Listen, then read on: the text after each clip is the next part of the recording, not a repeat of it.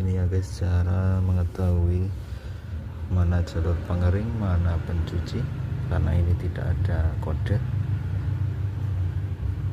Kita urutkan. Ini kan pada pengering ada warna ungu dan abu-abu, ini kapasitor, sementara yang satu kapasitor listrik.